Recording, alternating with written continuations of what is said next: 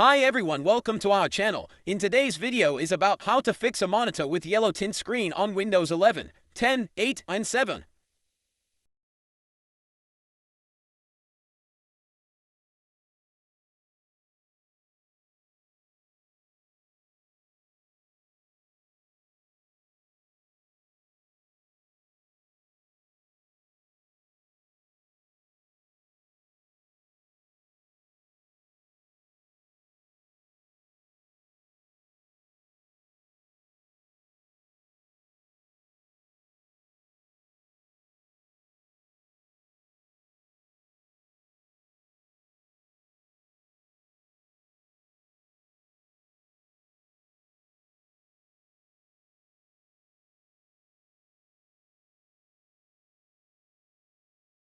For more informative videos, please subscribe Info of Tech.